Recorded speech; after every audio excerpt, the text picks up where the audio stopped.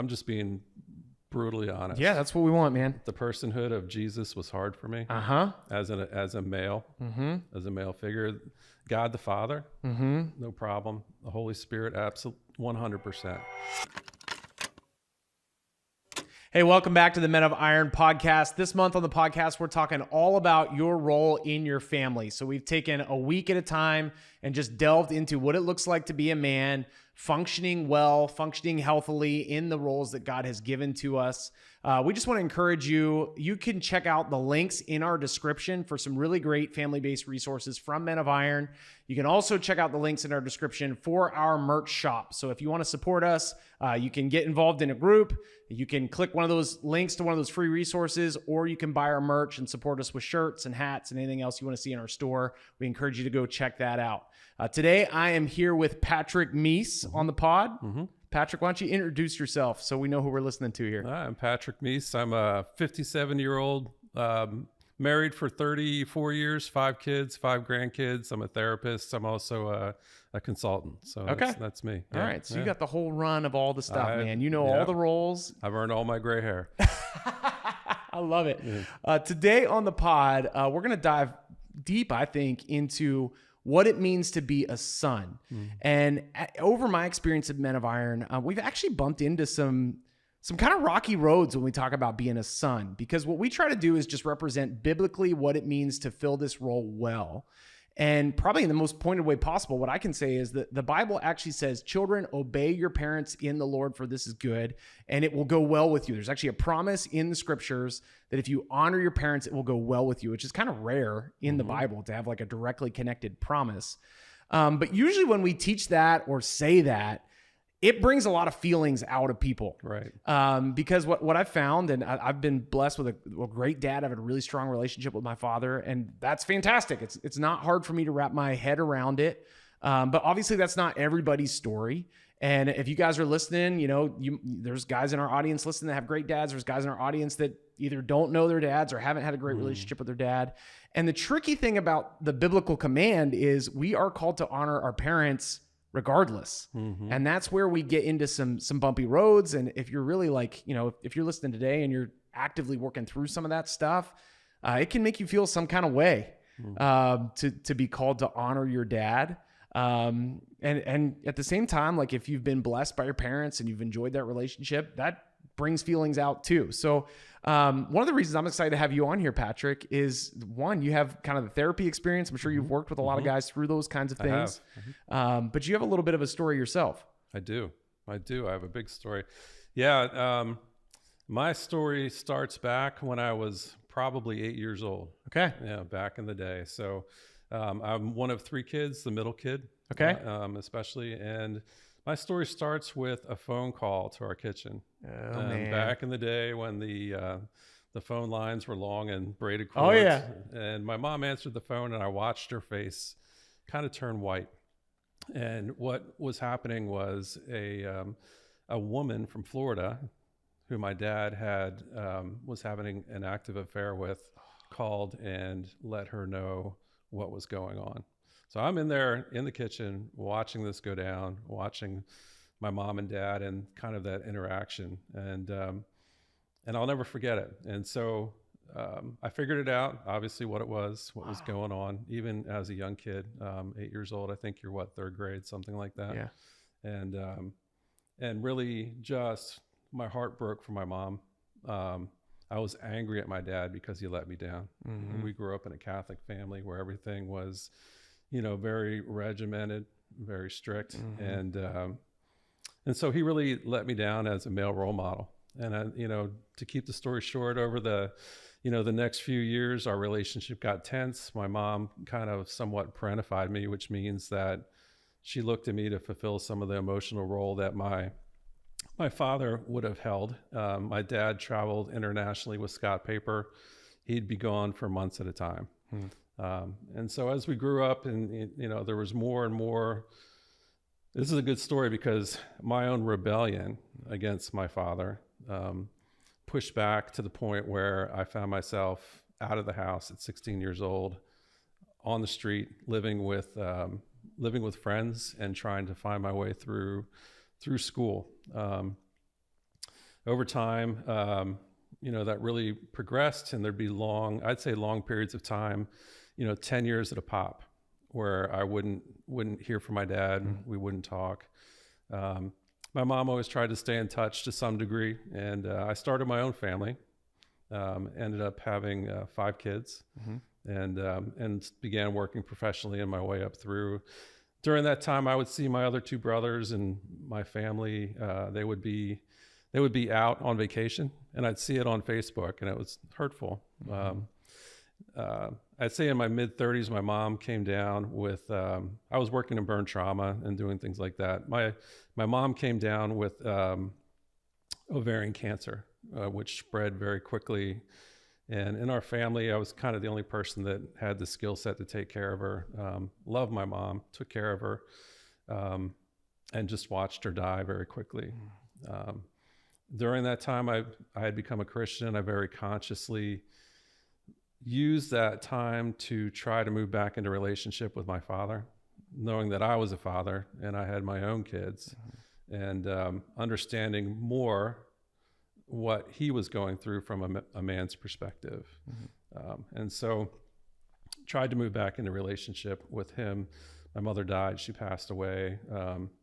I took it pretty hard. She was really my only advocate. And so I reacted, pretty hard for a while. I probably drank too much, that kind of thing, and then got my act back together. And I would say a number of years later, I have a brother who has a schizoaffective disorder with paranoid delusions. So it's everything you'd think of in a movie, right? So I became his primary caregiver. He lived in Seattle, so I'd fly out when he'd get off his meds, because that's what always happens. And I was out there for about 5 weeks, and I got a call from my younger brother, who's a policeman, who said, "You have to get down to Florida immediately." And I hadn't seen my dad in probably 10 or 15 years at that point. Hadn't talked to me, didn't acknowledge birthdays, anything like that. And so the little 8-year-old guy that got on the airplane just fought with himself all the way across the United States till I got to Florida. I got picked up by a second wife who I'd never met, and brought down to his house in St. Augustine Beach, and saw him for the first time in 15 years. And so this guy that had I'd given him, so much power and authority and all these things to, I was seeing for the first time in 15 years. And so he was moving from, maybe like the 200-pound guy to maybe a 125-pound guy. And when I walked in and saw him, and I almost didn't recognize him, and then I looked at him, I was like, this is a frail man. All the bark had come out, and there was no bite there. And so I began to look at him in a different way, and did my very best to move towards becoming a caretaker for him. Yeah. As an adult man, I was able to forgive, the sins of the father, right? And knowing what my own were, and with my own kids, and just move towards connection, move towards relationship, take the opportunity to serve him, even though it was emotionally really difficult for me. But to see how frail he had become, and how, a shell of the person that I thought of him as, was very difficult. So over the next, 5 years, multiple times, I'd kept him from one incident. He became septic and basically died on me. Okay. I carried him up the stairs, called an ambulance, took him back. But just caring for him through that time. His second relationship was horrific. They screamed at each other all the time. Even as a therapist, I tried to get in there. Well, it wasn't very welcome, but yeah, I did my very best to work with my dad and just let go of all this pent up energy that I held, and was able to actually see him as a man, a flawed man like myself, and not this big iconic figure. So I was able to take care of him right up until he died. And at the end of that, I was able to walk away with a free conscience. having resolved and settled the things that I needed to settle. So that's the basis of my story. Wow. I appreciate you coming on to share that story. Yeah, absolutely. I'm curious, like, as you worked through forgiving your dad, I think that's like actually how you explained it. What was like the most challenging part of that process? Wow. I think for me, that's a great question. I think for me, some of the things that were said that were shaping and forming. I was told at one point, "You'll never amount to anything," and that creates a deep shame wound that we function out of for the rest of our lives until we deal with it. It's a spiritual and a physical wound because it takes away our identity in Christ. God says, "You have infinite value and worth. I see you as my son." Redeemed, sinless, and we're tricked out of giving that up for something less that then defines us and drives us into hiding in all our relationships and disconnection and all these big things.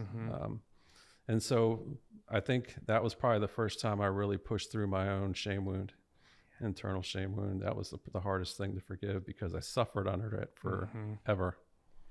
And obviously that's not an overnight process. That's not like you woke up one day, it's like, I'm going to let go of all this shame. This is, it's something you work through.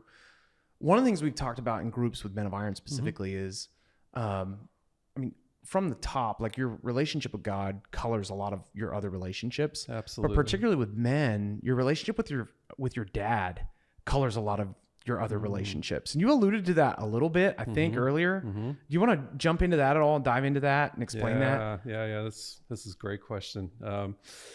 So my dad was never my hero.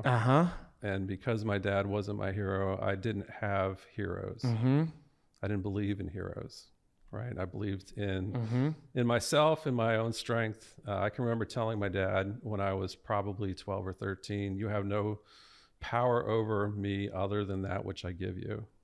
And I just remember the look on his face. He's like, "Oh, game's up," Like a lot of times what we notice is when you have a struggling relationship with your dad, you can start to identify some of the evidence of that in other relationships around you. Yeah. So for me, and this, I'm just being brutally honest. Yeah, that's what we want, man. The personhood of Jesus was hard for me. As a male, as a male figure. God the Father, no problem. The Holy Spirit, absolutely 100%. And actually, both of them showed up for me repeatedly throughout my life. When I became a therapist, you do this thing called a nodal timeline. Starts at 0, goes to whatever age you are. There's a line. And it's a continuum, and everything below the line are horrible things that happen. Everything above the line are great things that happen. You divide it into time periods. As I did that, God showed me literally in a flash all the people that he put in my life that came in, that came out, that came in, that came out. They'd be there for a short period of time, get me to the next step, maybe disappear somewhere there for long periods of time. But that shame wound, this is where it was healed, went from my head to my heart. So the God is for me. I am his and he is mine. Literally went from my head knowledge to heart knowledge. And from then on, I've lived out of God is for me. And so there's been some radical healing and change in that too. Yeah. I hope that answers the question. No, it does. I'm curious too. So like, obviously we have a lot of guys that listen. For those guys that are in a position in their lives where they're like, "Man, I hear honor my father," and I'm like, "Nope, not doing that." Like for those guys, like what would you say to them? How would you encourage them? Because again, I recognize it's not an overnight thing. But like how would you encourage them to walk through some of that stuff? Yeah, I believe that God has set up a system, and a system that has structure and authority. And so even Jesus, before his time of ministry, honored his mother Mary by changing the water into wine, because that's what authority is, right? And so our fathers have authority over us. And I think, and I spoke earlier about the rebellious part of me. I think letting go of that and leaning into honoring my father despite the things that I experienced freed my own heart and allowed me to have forgiveness that took the bondage of shame and all those other defining things away from me. And I would encourage each individual to lean into that, to move into that space and allow God and the Holy Spirit to work in that, to reshape, reform, and restructure, if you will, the way that we think about ourselves in relation to our fathers. So a lot of times I've noticed this, as we've done different episodes on fatherhood, but oftentimes just being a son, which is really what we're talking about today, connects so much with being a father. So I'm curious about like, how has your kind of like the story that you just shared, the way that you walked out your relationship with your dad, how has that affected how you're a father? Yeah, I'm so much more of a tender father. Yeah, it's given me, if I didn't do the work with my father, I don't think I'd be the father that I am today. And, you know, I have 5 kids, 2 girls, the bookends, 3 boys in the middle, and 5 grandkids as of now, plus all the others that have come into the family. And it's given me a real heart to be tender, to take people where they're at, to know that they're flawed and to love them in that space. And it's just freed me to be able to do that. So I think the work is of reconciling, honoring your parents, reconciling what you've experienced, forgiving, provides the freedom to become a good father. Guys, so often the challenge that we put out there at Men of Iron is if you are a son who really struggles with your relationship with your dad, and we know you're out there, we know there's a lot of guys in that seat, you have an incredible opportunity to stop that cycle. And I believe part of working through that cycle is getting to a place of forgiveness with your father, a place where you can honor your father. And I get it's not the easiest thing in the world. But as you do that, I think it actually makes you a better dad. Absolutely. And as you kind of work through, hey, these are hurts, these are sores, these are pains. As you work through those things, man, you're gonna see those things in your own fatherhood journey, and you're gonna be able to deal with those things in such a unique way.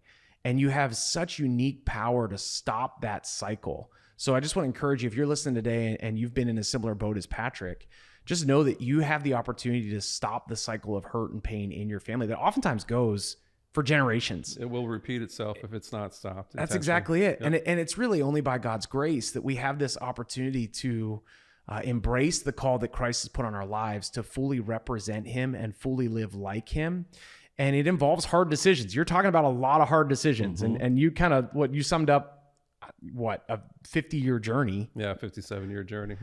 In 15 minutes. Obviously, there's a lot of hard decisions in there. And there's a lot of personal processing in there and forgiveness and grace. So guys, if you're listening, like, you have an incredible opportunity to walk a similar path of reconciliation. You don't have to pretend like everything's okay. You don't have to pretend like there was never any problems, but you can come to a place of reconciliation. You can honor your parents. And because of that, just really set a solid tone for what it means to be a godly dad. And like we say all the time, like the most important relationship in your life is your relationship with God. And part of honoring God is responding to what he's asked us to do. You talked about that a little bit when it comes to authority and how it works. And so we just want to encourage you, one, if you're dealing with this and you're not sure how to make sense of it, you can reach out to us at Men of Iron. There's a link in our description where you can just click that and you'll get in touch with somebody here at our offices. We'd love to talk to you. We'd love to get you connected to a mentor. A lot of times we've seen mentors actually help out in a significant way in these kind of things. It's a pro and a con that a lot of guys have walked through situations like this. And sometimes it can be helpful to get somebody around you that has experienced similar things to you and help you make good decisions to come out of those situations. Patrick, I really appreciate your time. Yeah, I appreciate you. Thanks for coming on the pod. And thanks for helping us out with this episode. I hope it's encouraging to you guys out there that are listening. Again, if you're walking through something like this, you don't have to do it alone. Reach out to us, reach out to a mentor, get some help from somebody in your life. But we encourage you to truly come to a place where you can really honor your father and your mother. We get that it's hard sometimes, but it is what God has asked us to do. And oftentimes God blesses us when we do it. So we'll be back again next week. We'll see you then. Thanks for listening to the Men of Iron podcast. Be sure to like, subscribe, and share. At Men of Iron, we exist to change a culture one man at a time, and we'd love to have you partner with us. So go to menofiron.org to see how you can get involved, or donate at menofiron.org/donate.